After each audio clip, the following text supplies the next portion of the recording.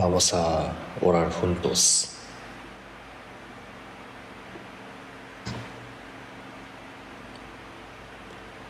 Dios, santo y misericordioso, nuestro Padre, te damos gracias por habernos salvado nuestro espíritu y por habernos hecho tus hijos. Y también nos falta mucho. Todavía somos muy débiles, pero tú siempre nos sostienes por tu amor que nunca cambia. Nos educas, guardas hasta el día del Señor, hasta ir al cielo. Por toda esta gracia también te damos gracias. El día de hoy, los hermanos que hemos recibido la salvación por tu sangre preciosa, nos hemos reunido aquí por tu ayuda para llevar una comunión santa en el Señor. Esta hora te pedimos que nos des el corazón valiente a través de la palabra, el mensaje de tu palabra, y también te pedimos que nos ayudes a cambiar si hay algunas cosas equivocadas en nuestros corazones o de nuestra vida. Límpianos por el poder del Espíritu Santo para que el resto de nuestra vida podamos vivir siendo separados de las cosas corruptibles del mundo. Te pedimos también que estés con los hermanos donde quiera que estén predicando el Evangelio para que se manifieste una gran obra del Señor. Y si están algunos hermanos que no están aquí, te pedimos que los guardes con tu gracia necesaria, y también a los que están delicados de salud, te pedimos que estés con cada uno de ellos, que les añadas la gracia necesaria y que también le permitas el corazón muy valiente para que puedan mirar al Señor solamente y que ninguno de ellos se pierda o se caiga. Te pedimos que estés con nosotros durante el periodo de retiro para que todos los asistentes puedan recibir la salvación. Solamente en ti encomendamos todas las cosas. En el nombre de nuestro Señor Jesús, que nos ha salvado, oramos. Amén. Vamos a buscar en la Biblia Juan capítulo 1, versículo 17.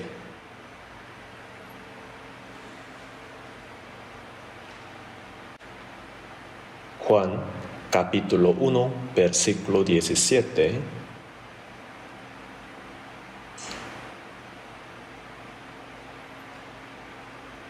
Solo un versículo, despacio, leamos juntos. Pues la ley por medio de Moisés fue dada, pero la gracia y la verdad vinieron por medio de Jesucristo. Hasta ahí.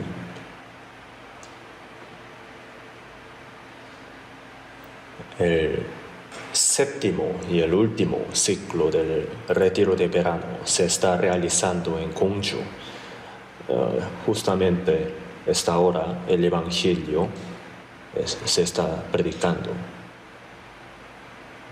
de primaria y secundaria y preparatoria, en el salón de fe, salón de esperanza, adultos y grandes, así separados, están escuchando el Evangelio, y anhelamos que todos ellos puedan recibir la salvación. Así que estemos orando en nuestros corazones. Y este ciclo, el séptimo, es el último, entonces hay muchas personas que han asistido. 7.855 preinscritos y 530 los que se inscribieron ahí, y 2.473 personas asistieron de otros siglos, y también en total 10.858 personas están asistiendo. Ayer el almuerzo, la comida, 9,000 personas aproximadamente comieron y ahí también hay muchos carros, 2,258 carros están estacionados y sí, es un asunto que nos preocupa un poco, que hay muchísimos carros, pero Dios nos ha ayudado para que podamos manejarlo todo adecuadamente. Por eso estamos muy agradecidos. Siempre hay dificultades en los retiros, pero Dios nos ayuda y también los hermanos voluntariamente, con un corazón muy alegre, están haciendo servicios y por eso sin tanto problema lo hemos realizado con seguridad. Y ya queda poco para el retiro de otoño, ¿verdad? Entonces vamos a también orar unánimes. A través del retiro, muchos han recibido la salvación. Entonces, para los salvos, en especial para los recientes, quería hoy yo compartir una palabra. Entonces, el tema de hoy es el discernimiento de las cosas que Dios ha hecho una diferencia. En la Biblia hay cosas que Dios ha como diferencia. Dios ha hecho una diferencia. Hay cosas que tenemos que entender bien y discernir bien, igual como Dios ha hecho diferencia. Tenemos que saber eso para que podamos establecer nuestra fe bien firme sobre la palabra y también para edificar la fe de otras personas. Entonces, sobre varias cosas que Dios ha separado o ha hecho diferencia, quisiera compartir en cuanto nos permita el tiempo. La primera cosa que tenemos que pensar es la diferencia que hay entre la gracia y la ley. Desde Génesis hasta el Apocalipsis, Dios ha hecho una clara diferencia entre la ley y la gracia. Lo podemos saber en toda la Biblia. En el texto de hoy también está comparando la ley y la gracia. Pues la ley por el medio de Moisés fue dada, pero la gracia y la verdad vinieron por medio de Jesucristo. Entonces, vamos a pensar en esto. Fue dado, ¿verdad? O sea que unilateralmente vino. Que fue dado unilateralmente, pero vino voluntariamente. Entonces, la diferencia es que la ley fue con obligación, pero la gracia es con la voluntad. Naturalmente son diferentes. Entonces hay también cierto propósito por el cual Dios nos ha dado la ley y también la gracia. Los propósitos son diferentes, ¿no? Entonces hay que entenderlo, hay que aplicarlo bien para que podamos estar muy seguros de nuestra salvación y también para ayudar a las demás personas a que puedan recibir la salvación de su espíritu. Entonces, primero vamos a hablar de la ley. Dice aquí, pues la ley por medio de Moisés fue dada. Los atributos de Dios son la justicia y el amor, ¿verdad? Los más importantes. Y esto representa la justicia de Dios y fue entregada obligadamente. El hombre no sabe que tiene pecados, entonces no sabe en qué posición está, que es un pecador que va a ser juzgado y tiene que ser destruido en la perdición eterna. Entonces el propósito de la ley es para enseñarnos la justicia de Dios, acerca de Dios el santo, bueno y justo, ¿no? Y para que podamos reflejarnos delante de este Dios, para encontrar nuestros pecados y encontrar nuestro destino. ¿no? Y para que podamos volver a Dios y pedir el perdón, para anhelar nuestra salvación. O sea, para el arrepentimiento es la ley. ¿Para qué? Para el arrepentimiento. Entonces, vamos a buscar algunos versículos. Romanos capítulo 7. Romanos capítulo 7.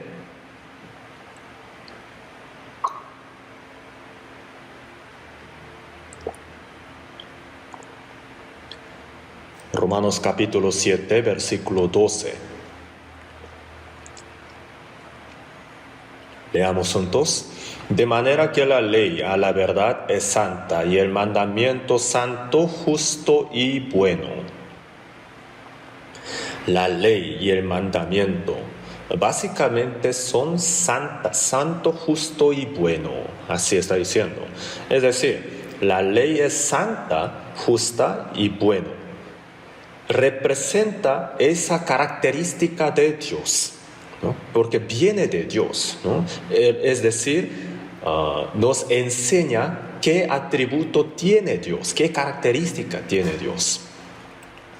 En el mundo también, al ver a una persona muy excelente de personalidad, que ha hecho muchas obras buenas, comparando con ellos, con nosotros mismos, de hecho nos parecemos un poco menos que ellos, ¿verdad? Pero la ley viene de Dios. Dios no se ve, pero viene de Dios la ley.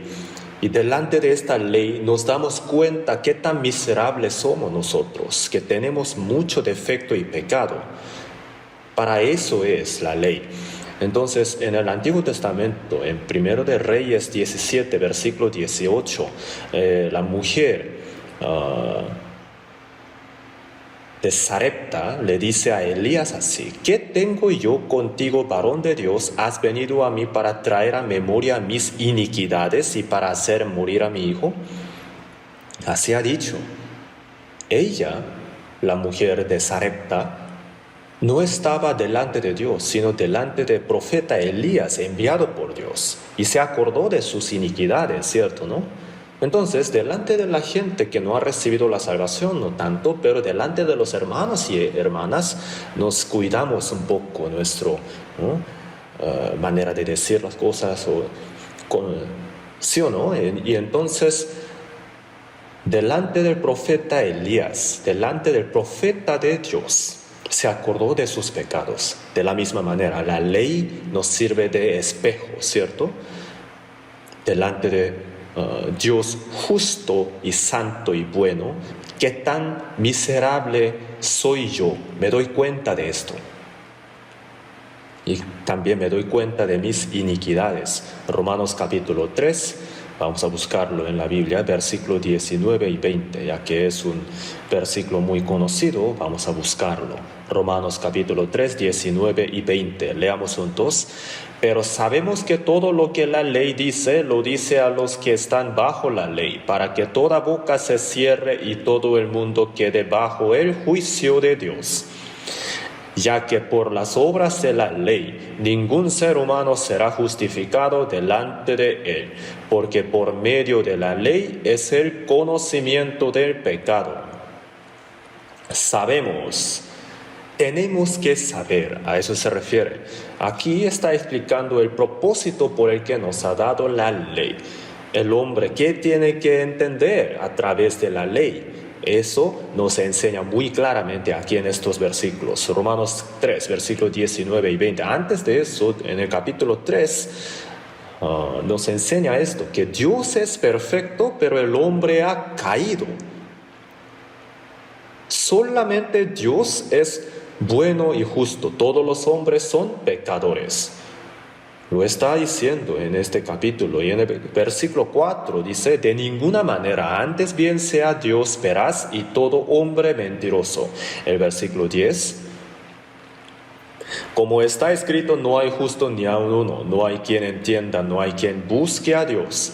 Todos se desviaron, a una se hicieron inútiles, no hay quien haga lo bueno y no hay ni siquiera uno. Dios es bueno, pero el hombre es mentiroso. Dios es justo, pero el hombre no lo es. Dios es bueno, pero el hombre no es bueno. No hay ni siquiera uno que sea bueno y justo. Lo está diciendo repetidamente y muy claramente.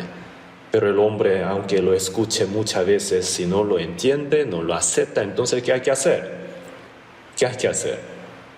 ¿Hay que darle un golpe para que entienda? No, ¿verdad? No hay que golpearlo. Si no lo acepta, entonces necesitamos algo para que él pueda entender que él no es bueno y que es mentiroso, que es pecador, ¿cierto? Entonces para eso Dios nos ha dado la ley de Dios como un espejo, y lo está explicando en el versículo 19 y 20, que hay tres grandes propósitos por los que Dios nos ha dado la ley. Aquí lo presenta el primero, que por medio de la ley es el conocimiento de pecado. Por eso delante de los 10 mandamientos nos damos cuenta de los 10 pecados que tenemos, ¿verdad? Entonces en Mateo 19, un joven muy rico se le acercó a Jesús y le preguntó: Maestro bueno, ¿qué bien haré para tener la vida eterna? Así le preguntó: ¿qué bien haré para tener la vida eterna? Esa persona se creía como más o menos buena. Pensaba que podía hacer algo bueno, pero Jesús quiso hacerle entender que tenía pecado y defecto, ¿no? Entonces dijo: ninguno hay bueno sino uno. Y también mencionó los mandamientos: no matarás, no adulterarás, no hurtarás, no dirás falso testimonio, honra a tu padre y a tu madre, y amarás a tu prójimo como a ti mismo. Jesús mencionó los versículos. ¿Para qué? Para que a través de los cuales él se pudiera verse a sí mismo, ¿no?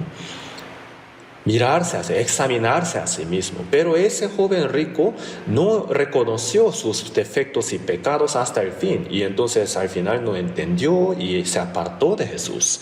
Entonces, para el conocimiento de pecado es la ley. Y después dice que es para que se cierre toda boca. ¿Qué tipo de boca? La boca que dice: yo soy bueno, ¿verdad? Yo, ¿por qué voy al infierno? Esa boca que se cierre, ¿no? Si tiene pecado, tiene que cerrar su boca, ¿no? Y también para que todo quede bajo el juicio de Dios. ¿Qué quiere decir eso? Para que todo esté puesto en la posición de ser juzgado. Entiende el pecado y que su boca se cierra y está en la posición ahora del pecador que va a ser juzgado. Para ese propósito es la ley, es el mandamiento. Entonces, antes de que no había la ley, los 10 mandamientos fueron dados en la época de Moisés, ¿verdad? Desde Adán hasta Moisés no había los mandamientos. Entonces, ¿no había pecado en aquel tiempo? No, sí tenía pecados, pero Dios no inculpaba por causa de esos pecados. Entonces, para que ellos reconocieran sus pecados, Dios les dio la ley en la época de Moisés. En Romanos 3, 19 y 20 dice eso. Y en Romanos capítulo 5, versículo 13 y 14. Capítulo 5, versículo 13 y 14, también vamos a leerlo juntos. Pues antes de la ley había pecado en el mundo, pero donde no hay ley, no se inculpa de pecado. No obstante, reinó la muerte desde Adán hasta Moisés, aun en los que no pecaron a la manera de la transgresión de Adán, el cual es figura del que había de venir. Pues antes de la ley había pecado en el mundo. Antes de la ley se refiere a Adán, de Adán hasta Moisés, ¿verdad? En aquel tiempo también había pecado, ¿no? Porque Adán cometió pecado y la naturaleza humana se ha cambiado, se ha caído, y desde aquel tiempo todos los hombres nacemos con la naturaleza caída. Entonces tenemos la naturaleza pecaminosa, estamos en la posición de pecador. Entonces todos tenemos pecados. Pero el problema es que no inculpaba de pecado en aquel tiempo. Entonces en el versículo 14 dice: No obstante, reinó la muerte desde Adán hasta Moisés, aun en los que no pecaron a la manera de la transgresión de Adán. Es decir, desde Adán hasta Moisés, si no inculpaba de pecado, entonces no había juicio. No, no es así. ¿Qué dice de la muerte? Reinó. O sea que el resultado es lo mismo, que uno sepa de su pecado o no, la muerte reina sobre los hombres. Entonces, en la época de Moisés, Dios ha dado la ley. Eso fue para que los que no reconocían sus propios pecados se dieran cuenta de sus pecados, para que volvieran con Dios para pedir la salvación, ¿no? Para que pudieran recibir la salvación. Para eso fue la ley, ¿no? Entonces, la ley no es para todas las personas. Es para que los que cometieron pecado y los que ya son pecadores se den cuenta de sus pecados. Y si no se dan cuenta de sus pecados, si no reconocen sus pecados, no viene delante del Evangelio, no viene adelante de Cristo, ¿verdad? Entonces, para que se arrepienten y para que acepten a Cristo, Dios ha dado la ley para eso, ¿no? Segunda de Timoteo, vamos a buscar en la Biblia. Primero de Timoteo, primera Timoteo, capítulo 1, versículo del 8 al 11, primera Timoteo, capítulo 1, versículo del 8 al 11, ya que es un poco largo, se los leo. Pero sabemos que la ley es buena si uno la usa legítimamente, conociendo esto, que la ley no fue dada para el justo, sino para los transgresores y desobedientes, para los impíos y pecadores, para los irreverentes y profanos, para los parricidas y matricidas, para los homicidas, para los fornicarios, para los sodomitas, para los secuestradores, para los mentirosos y perjuros. Desde ahí hasta el versículo 11 vamos a leer juntos. Y para cuanto se oponga a la sana doctrina, según el glorioso evangelio del Dios bendito, que a mí me ha sido encomendado. Acá también nos está explicando el propósito por el que nos ha dado la ley, ¿verdad? Está hablando de dos propósitos. Si la ley usa legítimamente la ley, entonces es buena. ¿Qué quiere decir? Hay el propósito por el que Dios nos ha dado la ley. Y si usamos la ley conforme a ese propósito, entonces estamos usando la ley legítimamente, ¿verdad? Así que la ley es para que el hombre se dé cuenta de sus pecados, para que su boca se cierre y que pueda estar en la posición de ser juzgado, ¿no? Entonces el hombre que está lejos de Dios, para que vuelva con Dios, para que pida el perdón, para ese propósito es la ley. Pero si el hombre trata de guardar esos mandamientos para ir al cielo, entonces no está usando la ley legítimamente, ¿verdad? Por eso, si uno la usa legítimamente, la ley es para el arrepentimiento. Eso es el uso legítimo. Pero si el hombre trata de guardar la ley para ir al cielo, entonces está usando equivocadamente la ley. Y dice, pero sabemos que la ley es buena si uno la usa legítimamente. La ley viene de Dios, representa el atributo de Dios, el criterio de Dios. Entonces es buena la ley, no es mala. Y dice, conociendo esto, que la ley no fue dada para el justo. Primero, la ley no fue dada para los justos. ¿Por qué hacen la ley? Porque hay pecadores, hay criminales, ¿verdad? ¿Por qué hacen la ley? ¿Para qué? Ya no haya delincuencia. Y también si alguno comete algún crimen, entonces para juzgarlo, para condenarlo. Para eso es la ley, ¿cierto, no? Entonces si guarda la ley, entonces hay premio, y si no guarda la ley hay castigo. Entonces está muy claro eso.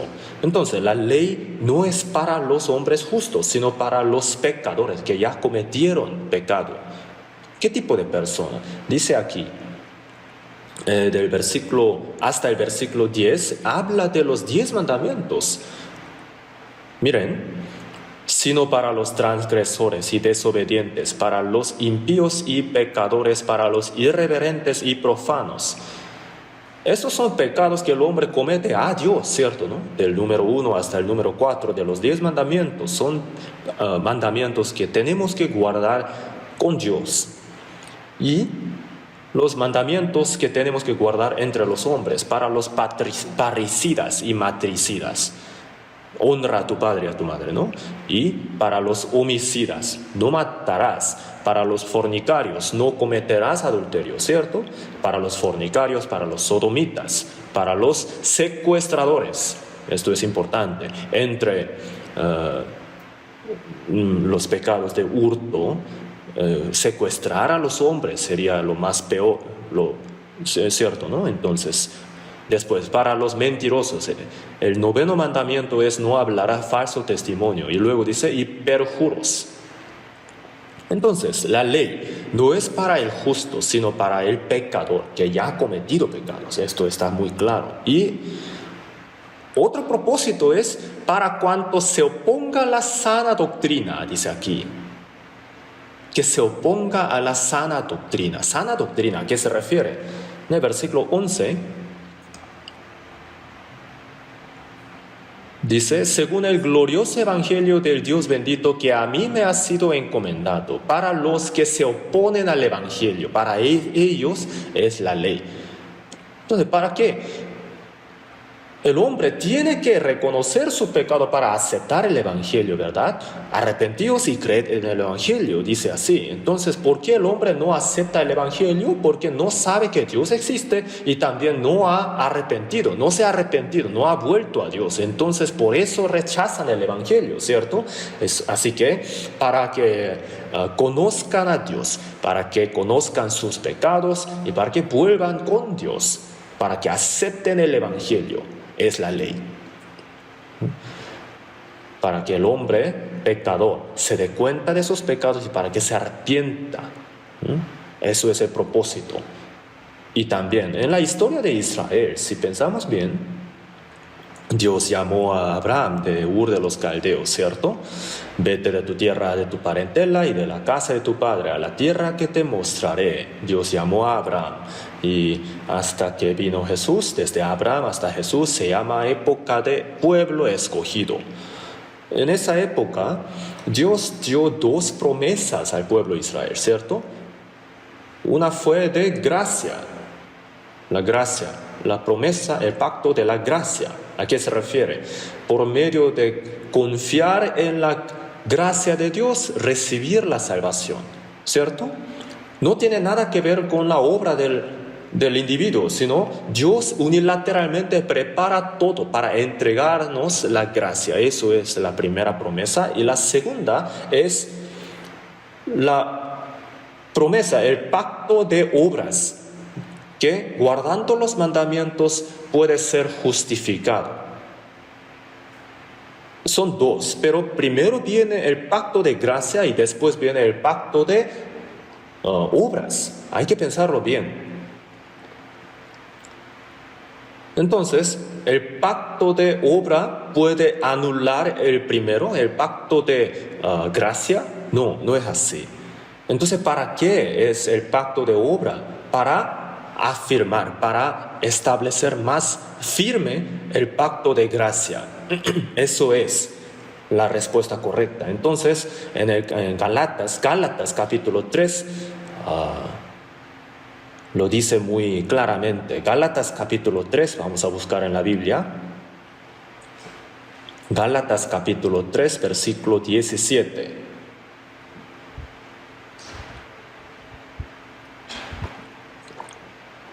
Gálatas 3, 17.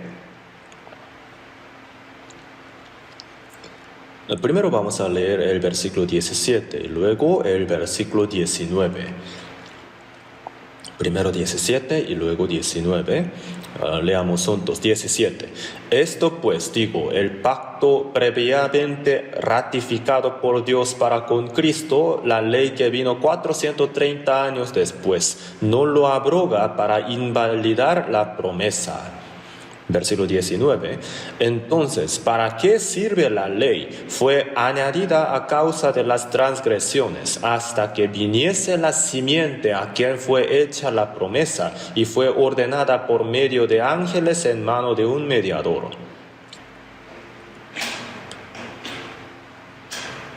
El pacto que Dios estableció no puede ser invalidado por causa de la ley que fue entregada después de 430 años. ¿Qué quiere decir? ¿No? Dios ha dado una promesa a Abraham, ¿verdad? Y serás bendición, ¿no? Y serán benditas en ti todas las familias de la tierra. Que Él sea fuente de bendición y que todas las familias de la tierra serán benditas en Él. ¿Qué quiere decir esto? Que en la historia del pueblo de Israel, Dios enviaría a Jesucristo, el Salvador, ¿cierto? Y Jesucristo ha venido al mundo y recibió la condenación de todos los pecados, cargando el pecado del mundo, y así pagó por todos los pecados, y así se ha completado el Evangelio. Se predica en todo el mundo y el hombre que se arrepiente puede recibir la salvación, no por sus obras, sino por gracia. Entonces, ¿a quién fue prometido esto primero? A Abraham, en la historia de Israel. Y en Génesis 22, cuando Abraham dio a su hijo Isaac como ofrenda a Dios, en el versículo 18 dijo: en tu simiente serán benditas todas las naciones de la tierra. Su simiente se refiere a Cristo. Y pasó más tiempo, y en el capítulo 26, versículo 4 de Génesis, a Isaac también Dios dijo: y todas las naciones de la tierra serán benditas en tu simiente. En el capítulo 18, versículo 14, a Jacob también: y todas las familias de la tierra serán benditas en ti y en tu simiente. A Abraham, a Isaac y a Jacob, repetidamente Dios habló de la gracia, del pacto de gracia a través de Cristo. Y en la época de Jacob entró en la tierra de Egipto, ¿verdad? ¿Cuántos años estuvo ahí? 430 años. Se refiere al plazo total del pueblo de Israel que estaba en Egipto. Y entonces, pasados los 430 años, en el mismo día todas las huestes de Jehová salieron de la tierra de Egipto. Así está escrito en Éxodo capítulo 12, versículo 41. Entonces, durante 400 años ellos eran esclavos, pero en total, el tiempo total que ellos estaban en la tierra de Egipto fueron 430 años. Entonces, cuando ellos llegaron al monte Sinaí, después de Éxodo, Dios les entregó 2 tablas de pacto de la ley de Dios, ¿cierto? Entonces, primero habló del pacto de gracia que fue entregado a Abraham, Isaac y Jacob. Y después fue entregado el pacto de la ley, el pacto de obra, después de 430 años. Entonces, este pacto que posteriormente fue entregado, ¿puede invalidar el primer pacto, según la Biblia? No. Cuando uno promete algo, y promete algo nuevo, no lo puede anular tan fácilmente, ¿verdad? Entonces, ¿para qué fue entregado el segundo pacto? O sea, ¿qué es la ley? El propósito es uno solo, para que cuando venga Cristo la gente esté preparada para recibirlo. Entonces, en el versículo 19, ¿para qué sirve la ley? ¿No? Después de la gracia, ¿para qué otra vez dio la ley?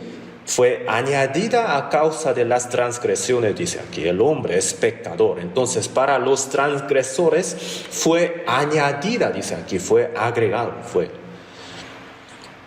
Entonces, hasta que viniese la simiente a quien fue hecha la promesa, fue ordenada por medio de ángeles en mano de un mediador. Esta simiente, ¿a quién se refiere? Abraham dijo: en tu simiente. A Isaac: en tu simiente. A Jacob también: serán benditas en ti, en tu simiente. Se refiere a Jesucristo, ¿no? Entonces, se refirió a la salvación por medio de Cristo, la vida que sería entregada a través de Cristo, hasta que viniese ese simiente. Y cuando venga la simiente, la ley ya tiene que retroceder. Ya tiene que... Entonces, Los 2000 años de Israel, de la historia de Israel, del Antiguo Testamento, fue una preparación para recibir a Cristo. ¿Para qué? Para que se dé cuenta de sus pecados fue entregada la ley. Pero el pueblo de Israel no usó la ley legítimamente, sino tratando de guardarla, quisieron ir al cielo. O sea que usaron equivocadamente la ley de Dios. Entonces, hasta que viniese Jesucristo, y después el versículo 23, Gálatas 3, 23 y 25, del 23 al 25, leamos también juntos. Pero antes que viniese la fe, estábamos confinados bajo la ley, encerrados para aquella fe que iba a ser revelada, de manera que la ley ha sido nuestro ayo para llevarnos a Cristo, a fin de que fuésemos justificados por la fe. Pero venida la fe, ya no estamos bajo ayo.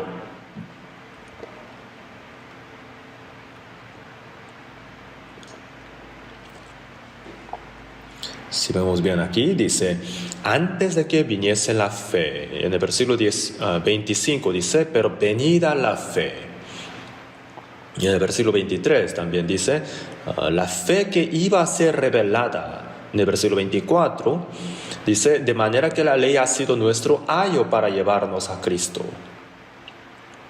Personalmente también hay antes de que la fe llegase, antes de la fe y después de la fe. Y también hay el momento en que la ley, la fe fue revelada. Todos los hombres nacimos en la ley, ¿verdad? En Adán. Entonces estamos encerrados en la ley. La ley nos hace darnos cuenta de nuestros pecados, nos lleva a la posición de la condenación. Entonces nacimos en Adán y también en la ley. Entonces, la ley es como nuestro ayo para llevarnos a Cristo, dice aquí. Y cuando fue escrito este versículo, los ayos eran como los tutores, los maestros que educaban a los niños, ¿no? En una casa muy rica nació un niño y para que ese niño, antes de entrar a la escuela, los ayos les enseñaba cosas básicas, elementarias, ¿no? Así era el ayo. En el capítulo 4 dice tutores y curadores, ¿no?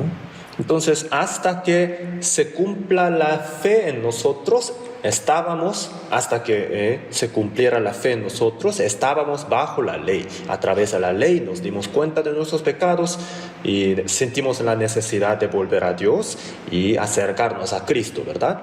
Por medio del espejo nos damos cuenta de la mancha que tenemos y nos acercamos al agua para limpiarnos, ¿cierto? De la misma manera, por medio de la ley nos dimos cuenta de nuestros pecados, de la condenación y nos acercamos a Cristo para lavarnos. Por medio de Cristo recibimos el perdón de los pecados. Entonces, los que han recibido la salvación por medio de aceptar a Jesucristo por medio de la fe, ya no están bajo el ayo. Es decir, ya no están bajo la ley de Dios. Después de recibir la salvación de la condenación, del juicio, de la ley, ya estamos libres, completamente libres. Entonces, les he explicado el propósito de la ley. Hay que usar la ley legítimamente. Hay que conocer la ley, el propósito de la ley, y hay que usarla bien, correctamente. Por medio de la ley el hombre conoce sus pecados, conoce su posición, que tiene que ser juzgado, y ahora viene a Cristo. Y la gracia es la que los salva, ¿verdad? La gracia nos salva. Juan capítulo 1, vamos a buscar. Otra vez, vamos a buscar Juan capítulo 1, versículo 17. Juan capítulo 1, versículo 17. Leamos juntos. Pues la ley por medio de Moisés fue dada, pero la gracia y la verdad vinieron por medio de Jesucristo. La ley nos representa la justicia de Dios. y fue entregada de manera obligada. Y la gracia y la verdad vinieron por medio de Jesucristo. Vinieron, dice aquí, voluntariamente vinieron. Lleva ese significado. Y la gracia representa el amor de Dios. Entre todos los atributos de Dios, en especial, representa el amor de Dios. ¿Sí o no? La gracia. El plan de la salvación, Dios no lo hizo porque le pedimos, ¿sí o no? Tenemos el Espíritu que tiene la imagen de Dios, que fue creado a la imagen de Dios. Entonces, estuvimos lejos de Dios y teníamos que ser condenados eternamente en el infierno. Y Dios nos ama, nos amó nuestro Espíritu. Por esa razón, Él mismo, desde antes de la creación, preparó la salvación por medio de Jesucristo. Hizo ese plan, ¿sí o no? Él mismo lo hizo. Y conforme al plan de Dios, Jesucristo vino al mundo y murió en la cruz y pagó por completo todos nuestros pecados. Dios fue el que lo inició voluntariamente, ¿sí o no? Entonces en Juan 10:18 dijo,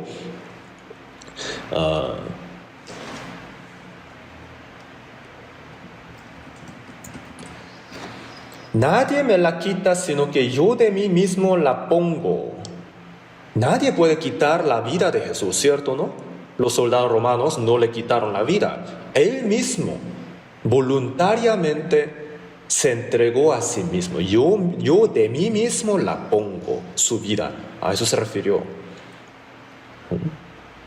En primera de Pedro 2:24 también dijo, quien llevó Él mismo nuestros pecados en su cuerpo sobre el madero.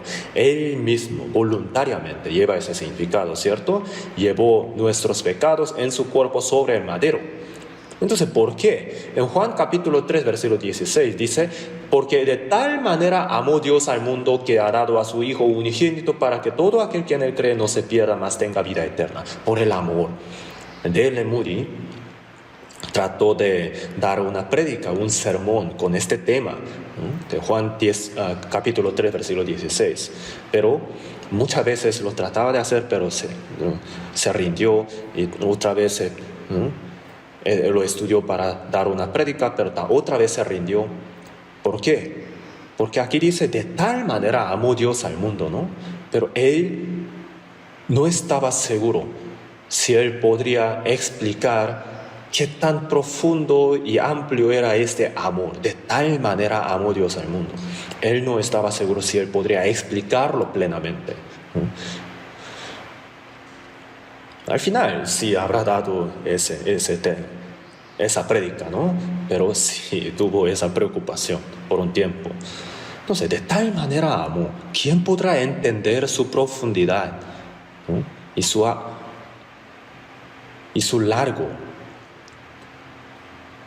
En el cielo eterno podremos entenderlo plenamente, ¿no? Entonces, de tal manera amó. El amor fue el motivo para que el hombre arrepentido, que ha conocido su pecado y su condenación, para que pueda recibir la salvación por medio de la fe. Dios nos ha dado la gracia, ¿cierto? Eso es el propósito. En Efesios 2, 8 y 9 dijo, porque por gracia sois salvos por medio de la fe, y esto no de vosotros, pues es don de Dios. No por obras, para que nadie se gloríe. Entonces, la ley y la gracia tienen su propósito. Son diferentes los propósitos. Y cuando el hombre usa legítimamente la ley y entiende el propósito de la ley y el propósito de la gracia, puede recibir la salvación. Moisés es el representante de la ley, ¿verdad? En la historia del Antiguo Testamento de Israel. Pero él no pudo entrar en la tierra de Canaán. Y después Josué fue el líder de Israel y con el pueblo de Israel cruzó el río Jordán y entró en la tierra de Canaán. Peleó contra los pueblos, los 7 pueblos del pueblo cananeos, y los 12 tribus tuvieron su tierra. Entonces, Moisés, ¿por qué no pudo entrar en la tierra de Canaán? Porque él tuvo un error, y también es una lección de Dios, una enseñanza de Dios. Moisés es el representante de la ley de Dios. Entonces, por medio de la obra de la ley, el hombre no puede ir al cielo, no puede ir a la tierra de Canaán. La tierra de Canaán es la sombra del cielo, ¿no? Y Josué significa Jesús. Josué, su significado del nombre es Jesús, la salvación. Entonces, por medio de la gracia completada por medio de Jesucristo, el hombre puede ir al cielo. Eso representa. Entonces, es la gran obra de Jesús, de Dios, que hizo por amarnos. Si hemos creído en Cristo, lo hemos recibido. En Colosenses capítulo 2 dice, a fin de conocer el ministerio de Dios el Padre y de Cristo, en quien están escondidos todos los tesoros de la sabiduría y del conocimiento. Hemos encontrado a Jesucristo y Él ha venido a nosotros. Lo tenemos ahora, a Jesucristo. En Él están escondidos todos los tesoros de la sabiduría y del conocimiento. ¿Qué tesoros?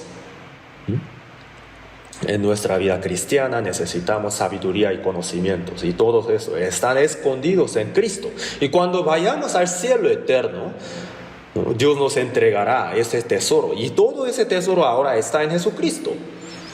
Y por medio de Jesucristo vamos entendiendo quién es Dios, cómo es Dios. Entonces, a través de Cristo podemos conocer a Dios. La gracia y la verdad vinieron por medio de Jesucristo. Por gracia nos fue entregado. Entonces, Moisés y el apóstol Pablo, Moisés y el santo, el salvo. Si comparamos así, entonces Moisés tiene el ministerio de condenación y el apóstol Pablo tiene el ministerio del evangelio. Entonces tiene el ministerio vivificante, ¿no? El que vivifica el alma muerta. El ministerio de la condenación es la que mata, lo que mata. Y la gracia vivifica. Hay esa diferencia, ¿verdad? Entonces Moisés, su ministerio de la ley era muy gloriosa, porque venía de Dios, porque representaba el atributo de Dios, el criterio de Dios. Pero la gracia es mucho más gloriosa. Hemos recibido esa gracia y predicamos esa gracia. Aunque no somos predicadores, predicamos el evangelio, ¿cierto? ¿No? Entonces tenemos que pensar qué tan glorioso y maravilloso es este ministerio. Segunda de Corintios capítulo 3, Segunda de Corintios 3, versículo del 6 al 11.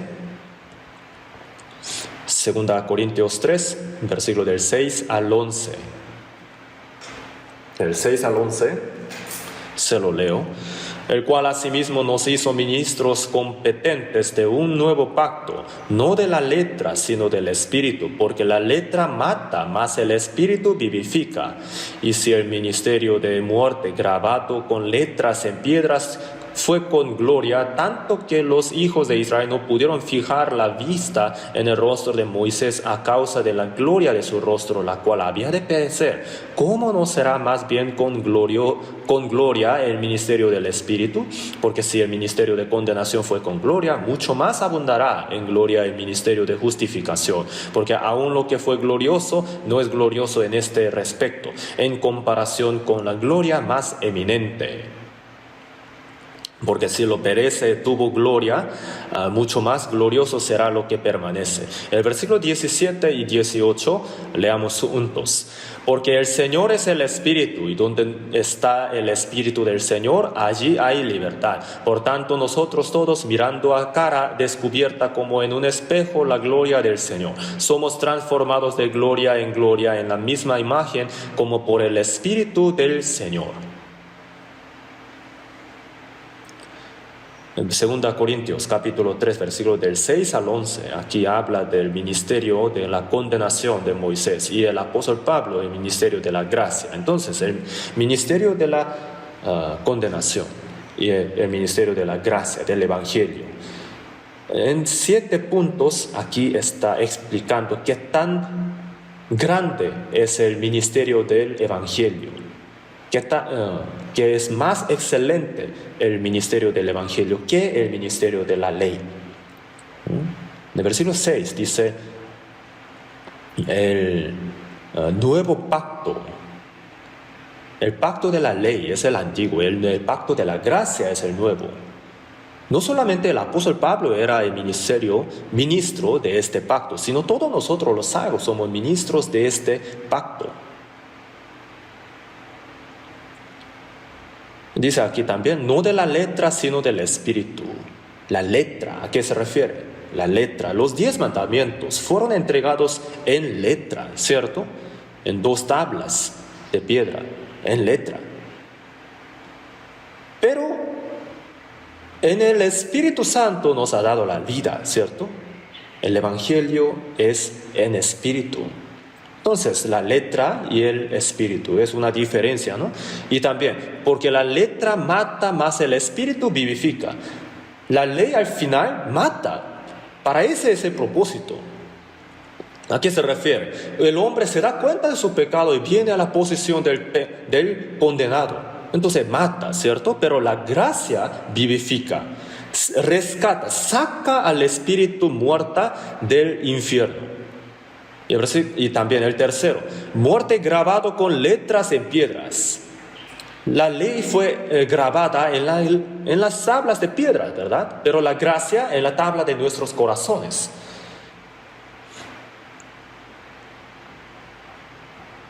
Y también, tanto que los hijos de Israel no pudieron fijar la vista en el rostro de Moisés a causa de la gloria de su rostro, el cual había de perecer. ¿Cómo no será más bien con gloria el ministerio del Espíritu?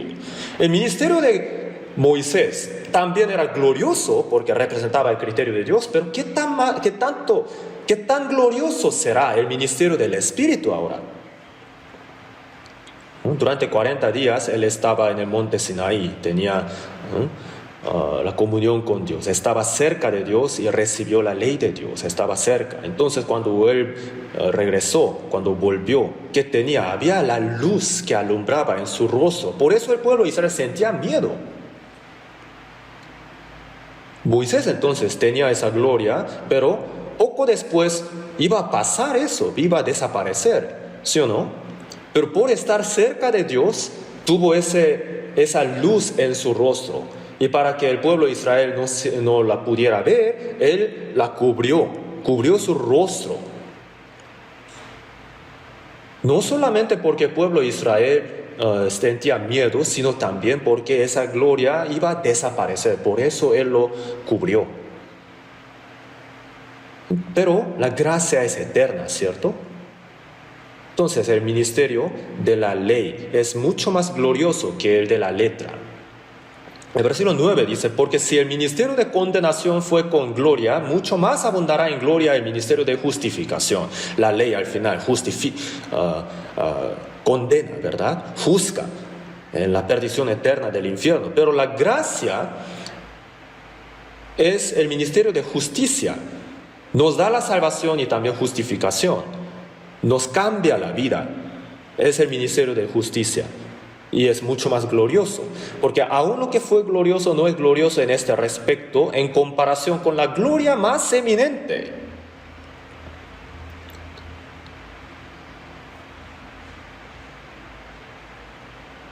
Y el séptimo, porque si lo que perece tuvo gloria, lo que perece, ¿a qué se refiere? No se refiere a que la ley perece, sino que cuando Moisés recibió la ley, había la luz, la gloria en su rostro, pero esa gloria iba a perecer, iba a desaparecer.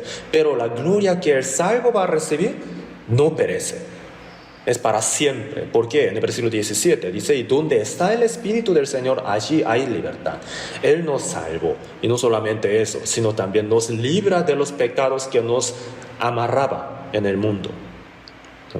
Y nos hace vivir más libremente. Y también, por tanto, nosotros todos, mirando a cara descubierta como en un espejo la gloria del Señor, ahora también estamos viendo la gloria del Señor. Y cuanto más crecemos en la fe, vemos más gloria del Señor. Y al final entraremos al cielo, el cual es el más glorioso. Veremos ahí el rostro glorioso del Señor. Y ahí estaremos para siempre con el Señor, para siempre. Entonces, en 7 puntos, ha explicado aquí. Entonces hay una clara diferencia entre la ley y la gracia en su propósito también. Entonces nosotros hemos recibido la salvación por medio de la fe en Cristo y ahora tenemos una posición muy gloriosa. Tenemos que sentir orgullo por esto, tenemos que sentirnos gloriosos. ¿Cómo tenemos que llevar nuestra vida ahora? Tenemos que predicar esto, ¿sí o no? A través de este retiro también durante 7 ciclos hemos sudado, hemos pasado por muchas aflicciones, muchas dificultades. Hemos predicado el Evangelio, ¿verdad? En el 6º estaban más de 2.500 carros. Y los que hacían ese servicio de estacionamiento sudaban mucho y me han contado que algunos desmayaron porque tenían que estacionar en un espacio limitado y había mucho sacrificio que ellos hacían. Me di cuenta de esto al verlo. Si hubiera habido 1,000 menos, entonces habrían sufrido un poco menos, ¿verdad? Pero no había suficiente espacio, entonces tenía que buscar espacio para estacionar. Pero ¿por qué se han sacrificado tanto? Porque la gracia que ellos han recibido es tan grande, tan preciosa, la salvación, ¿cierto? Entonces, tenemos que entender claramente la diferencia que hay entre la ley y la gracia. Hemos sido liberados de la ley, la gracia ahora es nuestra. Cristo ha venido en nosotros. Tenemos que sentir agradecimiento y también gozo por esto. Tenemos que hacer todo lo necesario de nuestra parte. Entonces, el segundo, tenemos que entender la diferencia que hay entre el vivo y el muerto. Delante de Dios hay el vivo y el muerto. Tenemos que saber que hay una clara diferencia.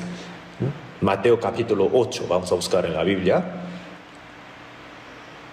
versículo 21 y 22.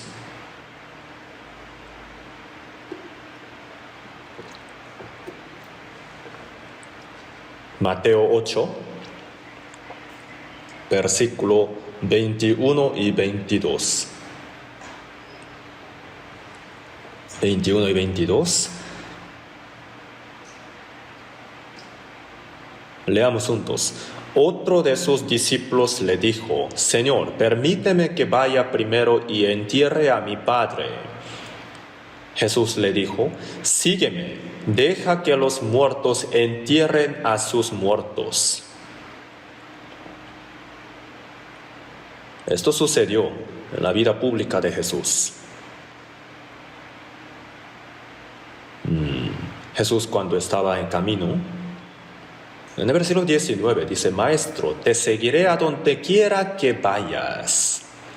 Un escriba se acercó a Jesús y dijo así. En el versículo 20 Jesús respondió así: las zorras tienen guaridas y las aves del cielo nidos, mas el Hijo del Hombre no tiene dónde recostar su cabeza. Y así rechazó que el escriba le siguiera. ¿Por qué? Dice: mas el Hijo del Hombre no tiene dónde recostar su cabeza. ¿Qué quiere decir? En su corazón Jesús quería entrar, pero él no tenía espacio en su corazón para recibir a Jesús. Donde recostar la cabeza de Jesús, no había espacio.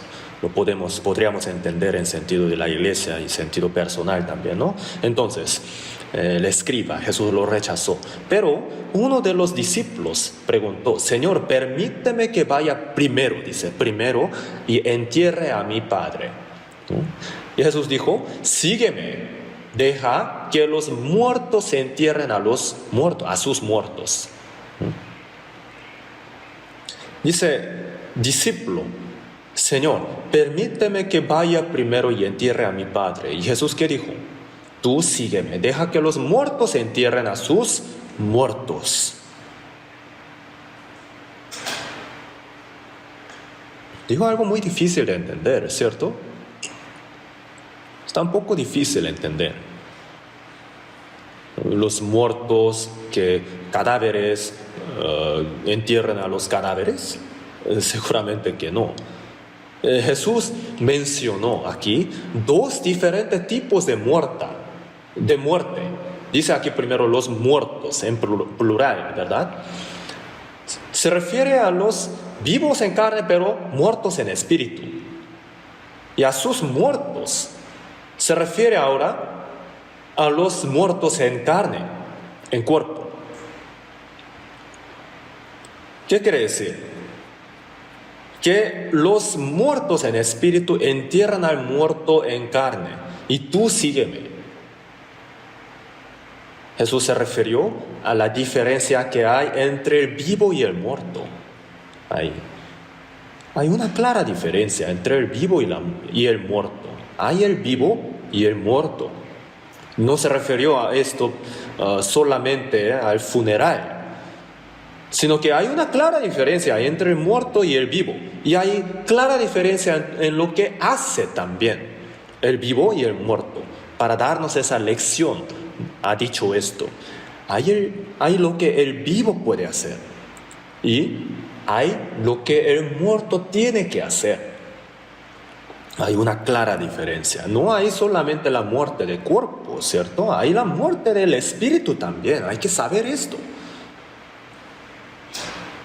En el huerto de Edén, Dios dijo en Génesis 2:17, a Adán dijo: mas del árbol de la ciencia del bien y del mal no comerás, porque el día que de él comieres ciertamente morirás.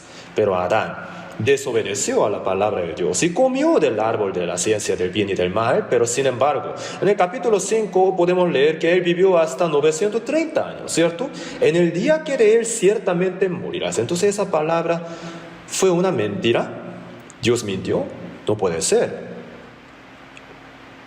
Así es, Adán, el día que él comió, murió algo. Cuando él desobedeció y cometió pecado, su cuerpo vivió hasta cumplir 930 años, pero su espíritu murió.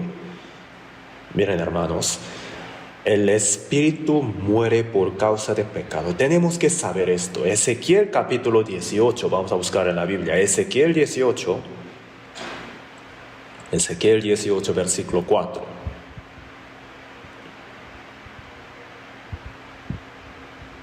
Ezequiel 18, versículo 4. Leamos juntos. He aquí que todas las almas son mías, como el alma del Padre, así el alma del Hijo es mía. El alma que pecare, esa morirá. Los padres que comieron, todas las almas son mías. Todas las almas son de Dios. Pero el alma que pecare, esa morirá. Hay un dicho en pueblo de Israel, un refrán. Los padres comieron las uvas agrias, los dientes de los hijos tienen la dentera. Eso era como un dicho. Pero nunca más tendréis por qué usar este refrán en Israel, así dijo. Y ahí se refirió a la muerte del espíritu por causa del pecado de cada persona. Y en el versículo 20 también repite lo mismo. Leamos juntos el versículo 20. El alma que pecare, esa morirá. El hijo no llevará el pecado del padre, ni el padre llevará el pecado del hijo. La justicia del justo será sobre él, y la impiedad del impío será sobre él. El alma que pecare, esa morirá. Tenemos que entender esto, que no hay muerte de cuerpo solamente, sino también hay la muerte del espíritu, que es causada por el pecado. Entonces todos nosotros en Adán nacimos, y nacimos con el espíritu muerto.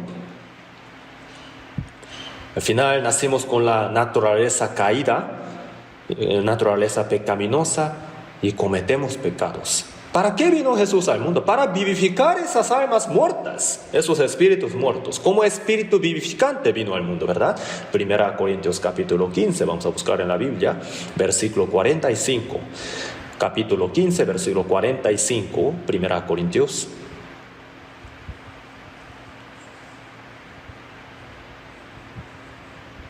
Capítulo 15, versículo 45.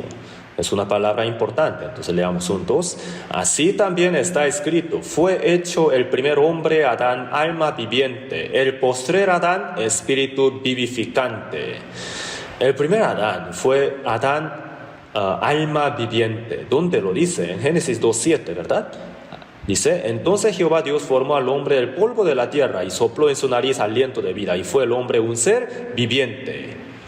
El cuerpo fue formado del polvo de la tierra y Dios sopló en su nariz aliento de vida y fue un ser viviente. Es decir, tuvo el espíritu vivo, pero por causa del pecado, el espíritu de Adán murió. El espíritu vivo se ha convertido en el muerto. En el día que de él comieres, ciertamente morirás. Murió. Entonces, desde Adán, todos los hombres nacemos con el espíritu muerto. ¿Por qué Jesús vino al mundo como el espíritu vivificante?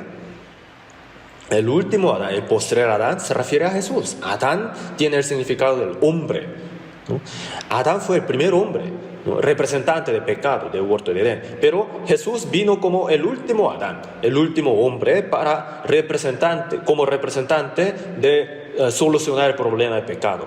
Y vino como espíritu vivificante. ¿Por qué vino como espíritu vivificante? Porque que todos nosotros nacimos con espíritu muerto en Adán, es decir, nacimos con el destino de ser condenado. Y Jesucristo vino para vivificar nuestro espíritu.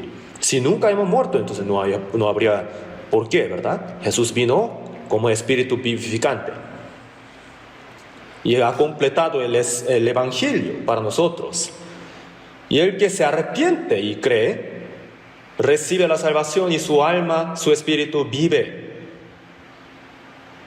Y en Efesios 2:1 dice, y Él os dio vida a vosotros cuando estabais muertos en vuestros delitos y pecados.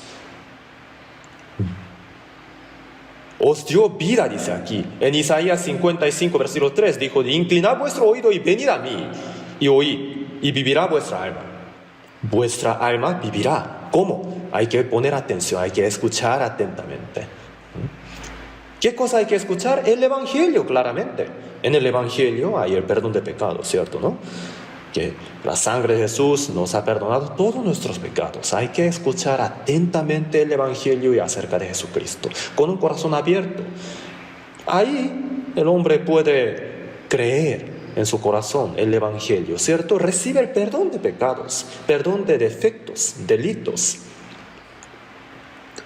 Y el Espíritu Santo que nos hace entender el perdón de los pecados ahora está en nosotros, está en nuestro espíritu. Por eso el espíritu muerto vive y el Espíritu Santo está en nosotros para siempre, ¿verdad? Y por esa razón cambia el propósito de la vida también. Entonces, los salvos, tenemos el espíritu vivificado y tenemos 2 cumpleaños, los salvos. El primero, de cuerpo, ¿no? Que nacimos en este cuerpo, y el segundo, el día en el que recibimos el perdón de pecados por medio del Espíritu Santo. Cuando creímos, cuando nacimos como hijos de Dios por el Espíritu Santo, el segundo cumpleaños, ¿verdad? El que tiene solamente un cumpleaños, muere 2 veces. Pero el que tiene 2 cumpleaños, podemos morir solamente una vez. Morimos solamente una vez. D.L. Moody, él entendió el Evangelio de verdad, ¿cierto? Un maestro de escuela dominical, él le contó el evangelio y entendió la fe y recibió el perdón de pecado. Estaba muy contento y escribió una carta a su mamá. A tal fecha, a tal año, él nació de nuevo como hijo de Dios. Entonces, mamá, por favor, espero que también estés contenta. Y dio él una vez un sermón, ¿no? Acerca de esto, que cuando Moody nació, él nació el año 1837 y el año 1855 recibió la salvación. Y en su prédica dijo así: hermanos, algún día oirán la noticia que yo morí, pero no lo crean, porque yo, D.L. Moody, estaré más vivo que ahora. El D.L. Moody que nació en carne el año 1837 muere, pero el D.L. Moody que nació en Espíritu Santo el año 1855 no muere, viviré para siempre. Así dio su prédica. Entonces, el que tiene un cumpleaños muere 2 veces, pero el que tiene 2 cumpleaños solamente recibe la muerte de su cuerpo. no va a la segunda muerte, la cual es el infierno, ¿verdad? Viviremos para siempre. Entonces, hay el vivo y el muerto delante de Dios. Hay una diferencia. Los salvos nosotros somos vivos en espíritu.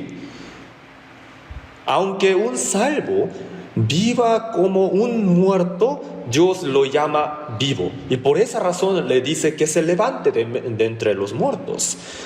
Efesios capítulo 5, vamos a buscar en la Biblia, versículo 14.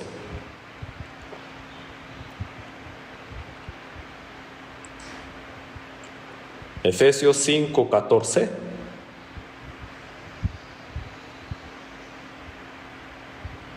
Leamos juntos. Por lo cual dice, despiértate tú que duermes y levántate de los muertos y te alumbrará Cristo.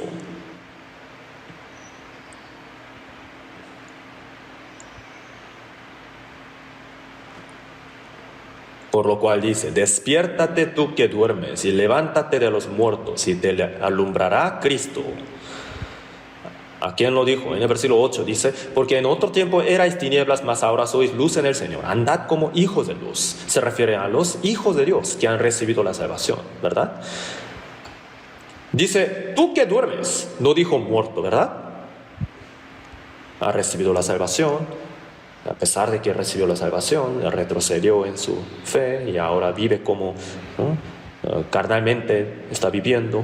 Pero no le dice muerto, sino tú que estás dormido, tú que duermes. ¿Qué quiere decir? El que duerme se levanta también, ¿cierto? Está vivo.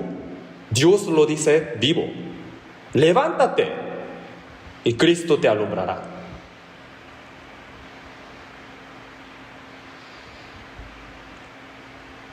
En el camino uno puede estar muy cansado y está, digamos que está dormido.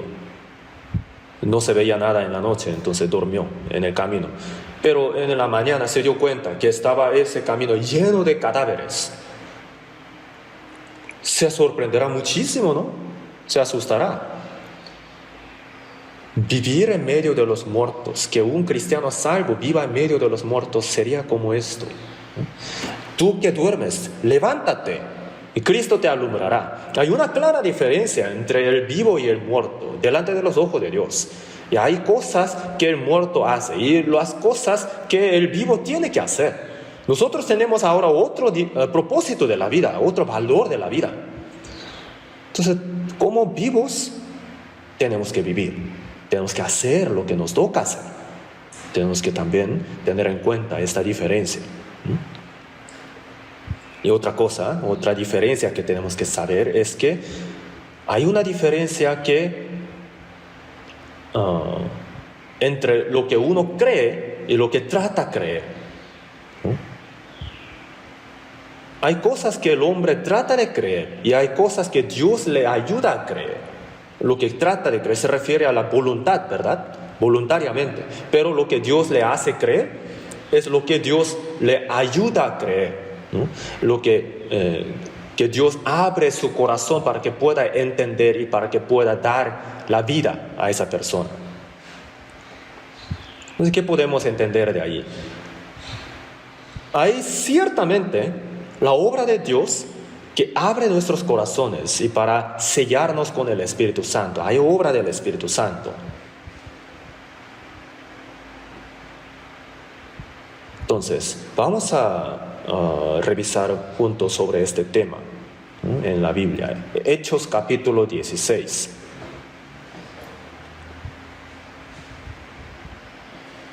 Hechos 16, versículo 14. Versículo del 13 al 14. Leamos juntos. Y un día de reposo salimos fuera de la puerta, junto al río, donde solía hacerse la oración, y sentándonos hablamos a las mujeres que se habían reunido. Entonces una mujer llamada Lidia, vendedora de púrpura de la ciudad de Tiatira, que adoraba a Dios, estaba oyendo, y el Señor abrió el corazón de ella para que estuviese atenta a lo que Pablo decía. Aquí en el versículo 14,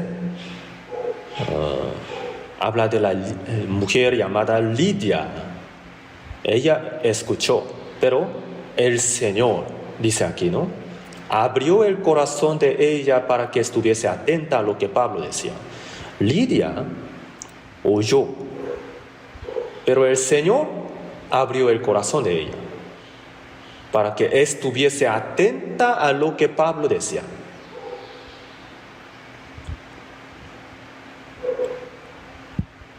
Esto es la fe que el Espíritu Santo reconoce. El hombre tiene que tratar de oír, tiene que oír con el corazón abierto. Cuando uno trata de oír, Dios obra para abrir su corazón y le ayuda a creer, para sellarlo con el Espíritu Santo. Hay obra del Espíritu Santo. Y por esa razón, hay la fe revelada y hay la fe recibida. Gálatas capítulo 3, vamos a buscar otra vez, Gálatas capítulo 3.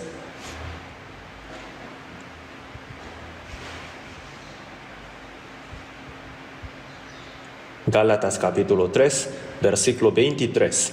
Pero antes que viniese la fe, estábamos confiados bajo la ley, encerrados para aquella fe que iba a ser revelada. Versículo 25. Pero venida la fe, ya no estamos bajo ayo. Hay antes que viniese la fe y después hay venida la fe. Y al medio dice la fe que iba a ser revelada. ¿Qué quiere decir esto? La fe que Dios ayuda, ¿no?, a tener, que Dios abre para que el hombre pueda entender. Se refiere a esta fe revelada, la fe que Dios afirma. Cuando hay un velo que tapa la vista, no se ve nada. Pero si lo abre, entonces podemos ver lo que estaba detrás de ese velo, ¿cierto? De la misma manera, Dios revela por medio del Espíritu Santo. Entonces, segundo de Pedro, capítulo 1, versículo 1, dice: Simón Pedro, siervo y apóstol de Jesucristo, a los que habéis alcanzado por la justicia de nuestro Dios y Salvador Jesucristo, una fe igualmente preciosa que la nuestra. Dice aquí, los que hemos alcanzado, ¿no?, la fe, la recibimos de Dios. Y en Judas capítulo 1, versículo 3 también: me ha sido necesario escribiros exhortándoos que tendáis ardientemente por la fe que ha sido una vez dada a los santos. Una vez dada a los santos, dice aquí. Dios ha dado la fe. El hombre tiene que recibir la verdad. Entonces la fe abierta, la fe revelada, la fe recibida, la fe dada.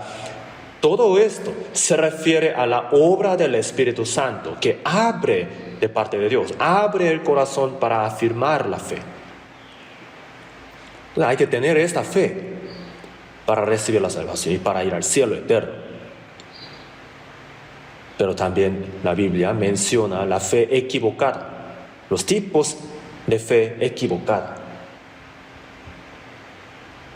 Es decir, hay tipo de fe que termina siendo voluntad humana o que se basa en el hecho equivocado.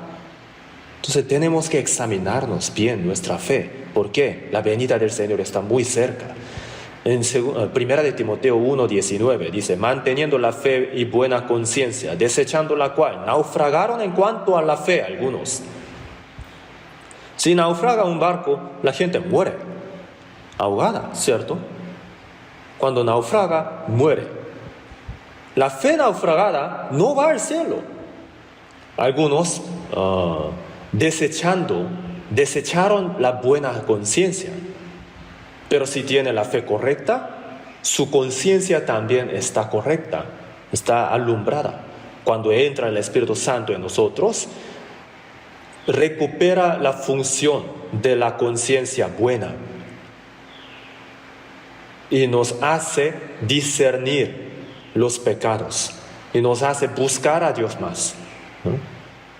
Pero si el salvo dice que ha recibido si la persona dice que ha recibido la salvación, pero vive como si tuviera una conciencia muy insensible, ¿no?, entonces hay más probabilidad de que no ha recibido la salvación.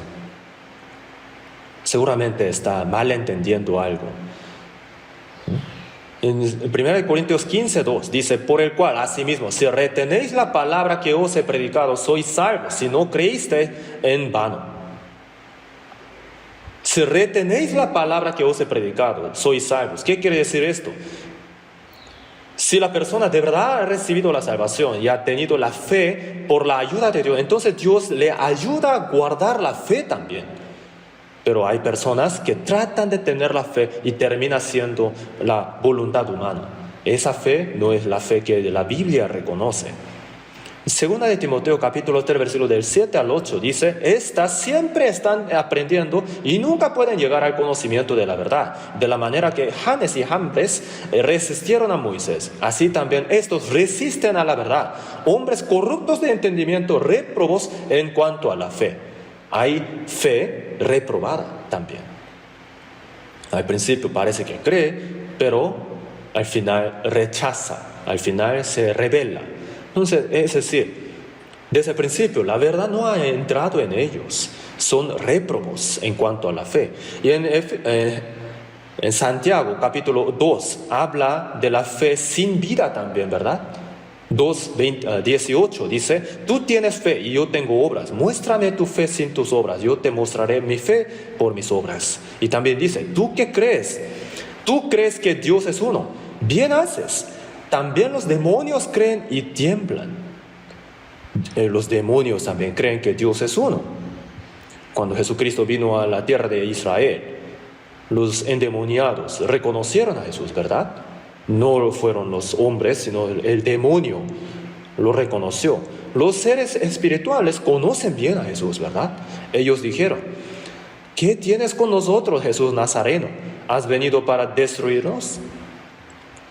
Los demonios confiesan así, ¿verdad? Entonces, los demonios también saben que Dios es uno. El hombre tiene que saber que Dios es uno y también tiene que arrepentirse de verdad. Y por medio de la ayuda del Espíritu Santo tiene que creer en el Evangelio, ¿no? Entonces hay el cambio de su vida. Dios cambia su interior, pero si exterior no cambiará.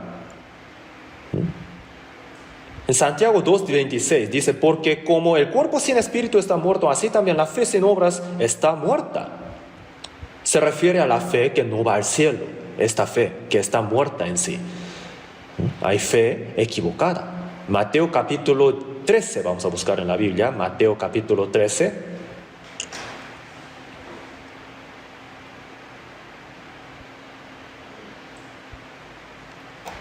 Mateo capítulo 13, versículo del 18.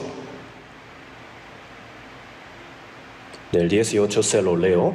Oíd pues vosotros la parábola del sembrador. Cuando alguno oye la palabra del reino y no la entiende, viene el malo y arrebata lo que fue sembrado en su corazón. Este es el que fue sembrado junto al camino. Y que el que fue sembrado en pedregales, este es el que oye la palabra y al momento la recibe con gozo, pero no tiene raíz en sí, sino que es de corta duración, pues al venir la aflicción o la persecución por causa de la palabra, luego tropieza.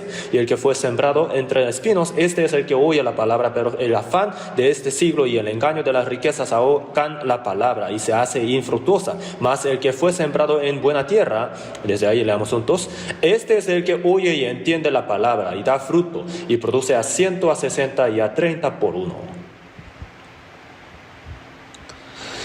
Aquí habla de 4 tipos de tierra, ¿verdad? En el versículo 19, camino. 20, pedregales. Versículo 22, espinos. 23, tierra buena. En buena tierra, cuando la semilla se siembra, entonces lleva fruto a 160, 30. Entonces, camino, pedregales, espinos, todo esto se refieren a la fe que no va al cielo. Solamente el que entiende tiene la fe que va al cielo. El camino, ¿no? Desde el principio vienen las aves y se comen las semillas. Entonces viene el diablo y le quita toda la palabra sembrada. Hay personas así, no queda nada en su corazón. Pedregales, se siembra la semilla y parece que hay, ¿no? Hay raíz, pero cuando sale el sol entonces se seca porque no tiene raíz profunda. Y los espinos se refieren a los afanes del mundo, los afanes de la riqueza, y se caen al final, ¿no? Aguantan un poco en las aflicciones, pero se caen. No son estas la fe que el Espíritu Santo ayudó, que el Espíritu Santo selló. Solamente la fe ayudada, ¿no?, es la que el Espíritu Santo sella. ¿Por qué entender es tan importante? Versículos 13 y 14 dice aquí: por eso les hablo por parábolas, porque viendo no ven y oyendo no oyen ni entienden, de manera que se cumple en ellos la profecía de Isaías que dijo, leamos juntos: de oído oiréis y no entenderéis, y viendo veréis y no percibiréis. Oyen pero no entienden. Hay que entender, pero no entienden. Si no entiende, Dios no le reconoce su fe. El versículo 13 también, no entiende. El versículo 15, veamos: porque el corazón de este pueblo se ha engrosado y con los oídos oyen pesadamente y han cerrado sus ojos para que no vean con los ojos y oigan con los oídos y con el corazón entiendan y que se conviertan y yo los sane. No entienden. El versículo 13 no entienden. El 14 no entienden. El versículo 15 el corazón entiendan. Pero el versículo 23, el que entiende, hay una cierta diferencia, ¿no? Si se siembra en la tierra buena, entonces el Espíritu Santo sella esa fe. Cuando el hombre, por la ayuda del Espíritu Santo, entiende y cree el perdón de los pecados, entonces el Espíritu Santo entra en él, le cambia su vida y le cambia también el propósito de la vida. Entonces, no por voluntad, sino que Dios ayuda a creer. Entonces, algunos dicen así: solamente esperan hasta que venga la fe. Tampoco está bien eso. Entonces, miren, uno tiene voluntad, quiere tener la fe, entonces Dios le ayuda a tener. No me refiero a que la voluntad misma está equivocada. Por eso en el versículo, en la Biblia, en Juan, ¿qué dice ahí? Hay que creer. Lo dice repetidamente. El hombre tiene que tener esa voluntad, ese deseo. Tiene que hacer esfuerzo para abrir su corazón, para escuchar el Evangelio, para entenderlo. Y cuando tiene esa voluntad, cuando lo anhela con un corazón ferviente, entonces el Espíritu Santo abre para que pueda tener la fe sellada y para que pueda entender. El que tiene el deseo entiende. ¿Entienden esto, no? Entonces, tener la voluntad misma no está equivocado. En Romanos capítulo 10, vamos a buscar en la Biblia. Capítulo 10, versículos 9 y 10.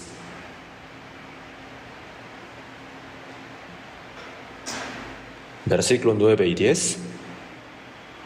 Leamos juntos: que si confesares con tu boca que Jesús es el Señor y creyeres en tu corazón que Dios le levantó de los muertos, serás salvo. Porque con el corazón se cree para justicia, pero con la boca se confiesa para salvación. Aquí, si miramos con cuidado, dice así: si confesares con tu boca que Jesús es el Señor y creyeres en tu corazón que Dios le levantó de los muertos, serás salvo. Si creyeres, en el versículo 10, con el corazón se cree para justicia. El versículo 9, creyeres. Versículo 10, cree. Dice lo mismo, pero en el texto original está un poco diferente. El versículo 9 es con voluntad, pero el versículo 10 se cree, dice aquí. O sea que Dios le ayuda a creer. A eso se refiere el versículo 10. Se cree. Entonces no hay que esperar hasta que venga la fe solamente. Yo he tenido varias consultas con este tipo de personas que esperan que venga nada más. Solamente esperan este tipo de fe y no tratan de hacer esfuerzo. Esto también está equivocado. Vamos a buscar en la Biblia un versículo más. Salmos 24. Salmos 24.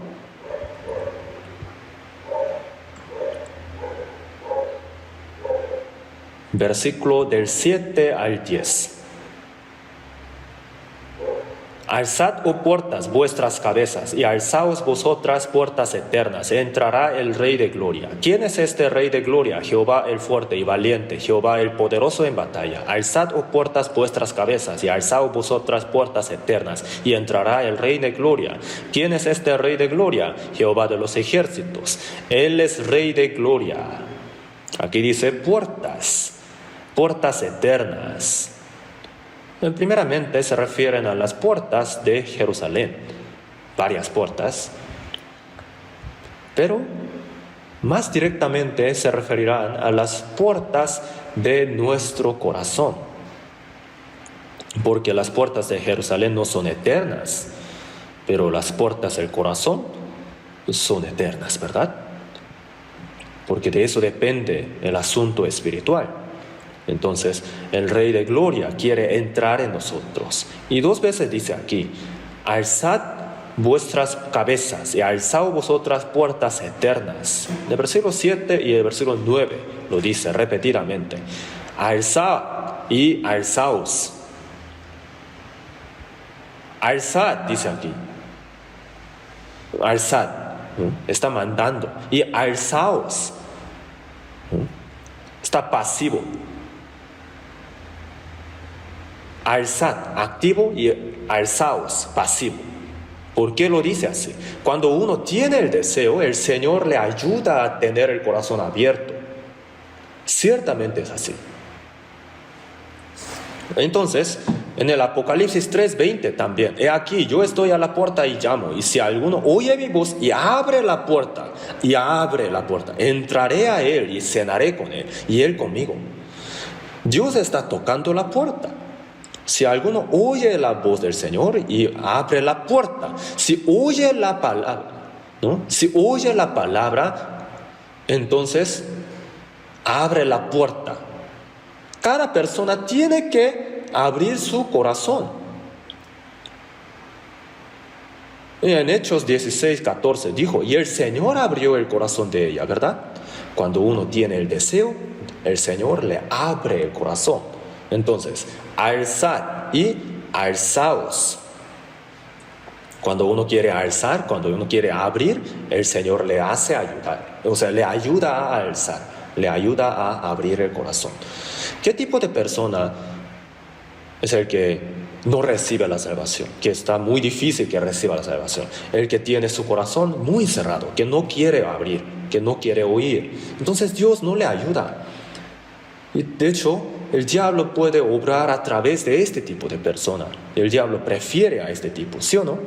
Segunda Corintios capítulo 4, versículo del 3 al 4. Vamos a buscar en la Biblia, se lo leo. Segunda Corintios capítulo 4 versículo del 3 al 4.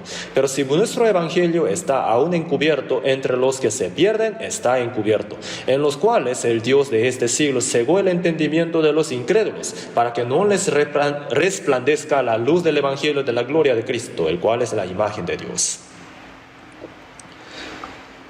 Si nuestro evangelio aún está encubierto, entre los que se pierden está encubierto. Esto puede malentender, que como si hay cierto grupo de las personas determinado para que se pierdan. Pero no se refiere a esto. En el versículo 4 dice, el Dios de este siglo cegó el entendimiento. ¿Qué quiere decir? De los que tienen el corazón cerrado, ¿no? El diablo obró en sus corazones, ¿no? Dios no le ayuda, ¿no? Entonces tiene que esforzarse, el hombre tiene que esforzarse para abrir su corazón, y hay que esperar la ayuda de Dios, tiene que orar por la ayuda de Dios. Entonces Dios le ayudará a tener el corazón abierto y le ayudará a entender, y ayudará a tener certeza en su corazón.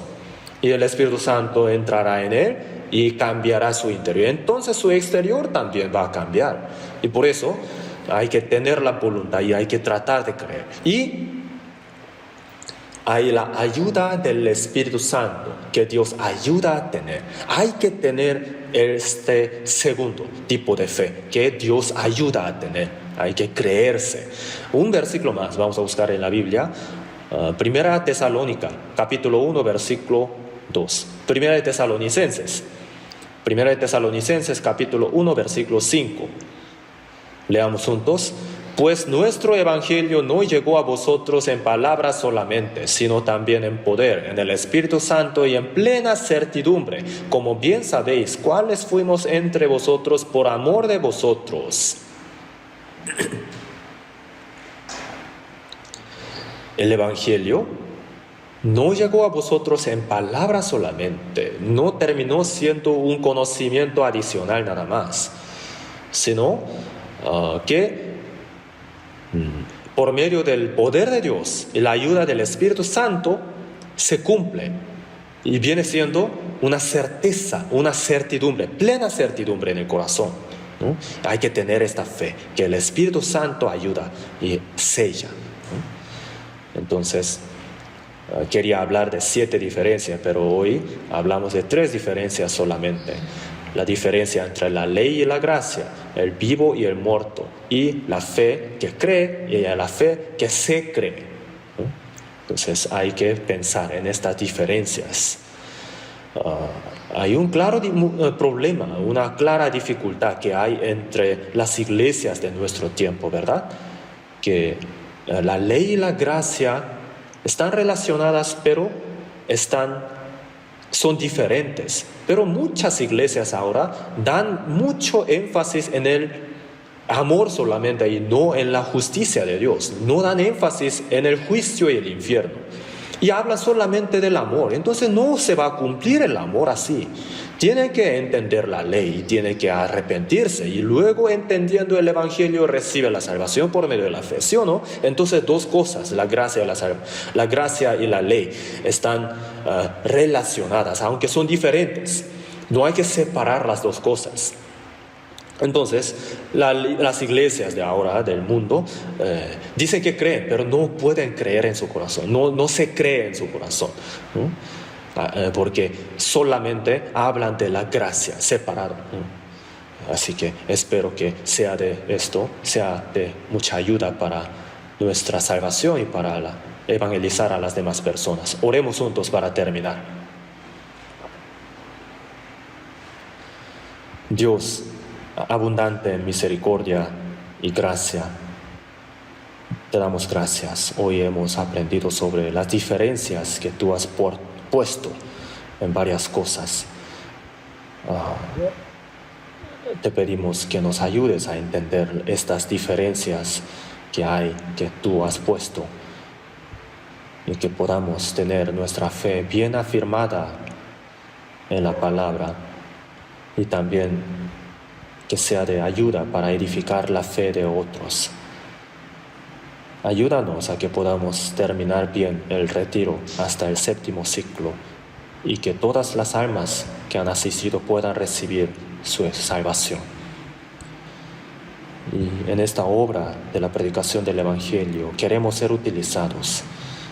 En el retiro de otoño también queremos tener corazón abierto y queremos voluntariamente asistir, participar. Ayúdanos a que podamos evangelizar a muchas almas y que podamos ser utilizados preciosamente el resto de nuestra vida. En el nombre de nuestro Señor Jesús, quien nos ha salvado, oramos. Amén.